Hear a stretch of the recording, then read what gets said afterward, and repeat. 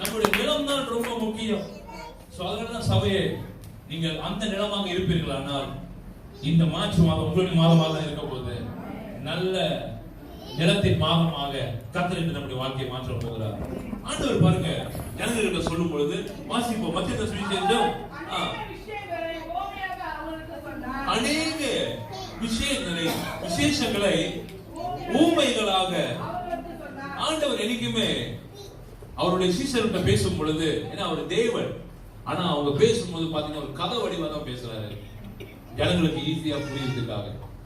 அவன் அதனால சில பேர் நினைக்கிறீங்க பாஸ்டர் கதைலாம் சொல்லிட்டு வர, கதை சொல்ல வரல, அந்த விஷயத்தை புரிய வைப்பதற்காக தான் சில உதாரணங்களை நாம் எடுத்து உங்கள்கிட்ட கொடுக்கிறோம். அவன் அது கட்டுக்கதை நினைச்சிடாதீங்க, அந்த வசனத்தை உங்களுக்கு புரிய வைப்பதற்காக. ஆண்டவர் பாருங்க இந்த ராஜ்யத்தை நீங்க எப்படிப்பட்டவங்க சீசர்கிட்ட காட்டுறாரு, நீ என்ன நினைன்னு பார்க்க போறியா, நான் காட்டட்டா அப்படின்னு சொல்லி ஆண்டவர் என்ன பண்றாரு, அநேக விசேஷங்களை ஊமைகளாக அவர்களுக்கு சொன்னார்.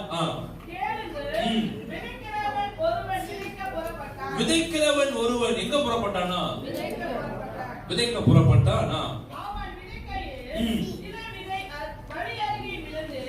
அவன் விதைக்கையில் சில விதை எங்க போய் விழுந்ததா, வழி அருகே நடப்பாதையில் அந்த விதையானது விழுந்து விட்டது. பறவைகள் எப்படா இந்த விதை விடும் தூக்கிட்டு போலான்னு சொல்லி அங்க ஒரு பறவைகளை குறித்து போடப்பட்டிருக்கிறது. இங்க பறவை நம்ம நினைக்கிறோம் சாதாரண பறவை என்று சொல்லி